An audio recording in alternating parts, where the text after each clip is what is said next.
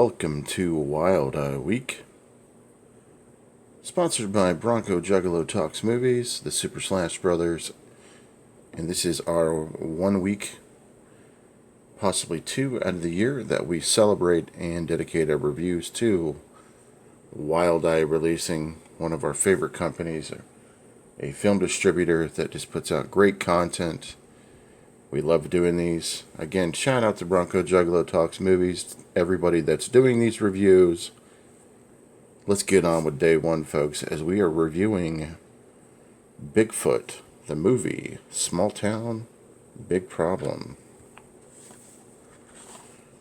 Okay, there is the back, as you can see there.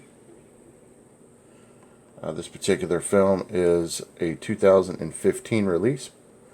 Redistributed from Wildey in 2017 and is approximately 96 minutes long. Here is a good look at the inside case. For those of you that like specs and like to look at cases, there are some of you. I know that for a fact. I'd like to know the specs. Another good look at it here. What you have here is you have a town in Pennsylvania called Elwood, Pennsylvania, which is a legit town in Pennsylvania. It is about 30 miles to Pittsburgh and about 199 miles to Ohio. Now, more about that later. What you have here in the film is you have three friends, kind of backwood friends, for lack of a better term, redneck, goofy guys that are driving in the woods after a night out of partying at the bar. One of them stops over at a barn because he's got to piss. And of course, inside that barn there's a hidden secret. There is a Bigfoot on the loose inside the barn. And dispatches the one friend, tries to attack the other friends. They do get away. And they go to the sheriff, and the sheriff says, we're here to help you any way we can, but we can't help you too much to the point of getting other people killed. So these guys, these goofballs, say, you know what, we're going to take care of it ourselves. And one of them looks like Joe Dirt, the other one, just your standard redneck looking guy. And they decide to take refuge and go after the Bigfoot themselves.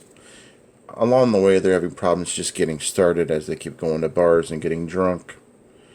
And because this is a horror comedy, don't let me fool anybody. This is definitely a horror comedy. And as they are trying to prepare for the big battle versus the Bigfoot, they keep having events where they'll go to bars to basically, cut loose, or maybe they've had a hard time with a woman, so they go to a bar the night before to go get the Bigfoot, and they just end up getting drunk off their asses. They are from Pennsylvania, so they are huge Pittsburgh Steelers fans, and a group of friends are in the bar, separate friends from them, and of course one of them happens to be a Cleveland Browns fan.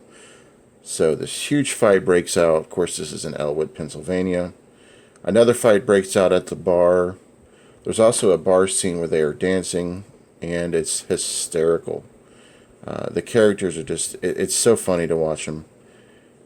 I wish the main focal point was the Bigfoot in this film, but it is a horror comedy.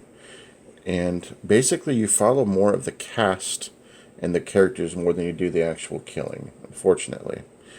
Which is kind of a downfall to the film. But anyways, so plot thickens, they're going to these bars, they're getting loaded, they're meeting more people that's being affected by the Bigfoot, members of their families that are being killed. So other people start to join in on the hunt.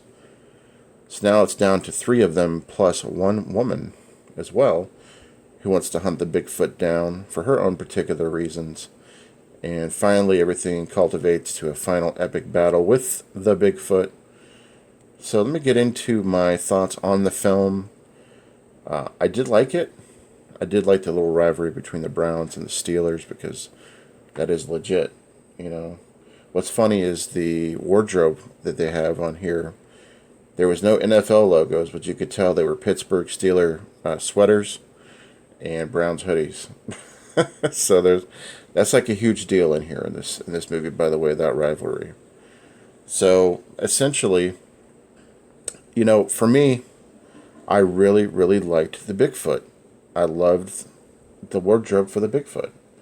Very well done. Yes, you actually see a Bigfoot in the film, but they didn't use him enough. It's almost like they focused so much on the characters, an hour and maybe 10 minutes into the film, and you might have only seen the Bigfoot for maybe 10 minutes.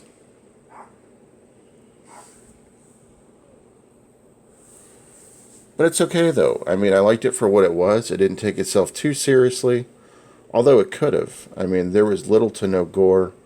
You did see a few body parts there. There was some damage done to the Bigfoot, which was pretty cool. No nudity, anything like that. You'd expect to see a little more nudity from a backwoods Bigfoot movie, but there was none in that, which is okay. Do I recommend watching it? Yeah, if you like horror comedies, even if you like Bigfoots, check it out, There's some really funny parts in the film, really good one-liners. I had a blast with it. 96 minutes isn't too bad. Pacing was okay. Definitely worth a watch.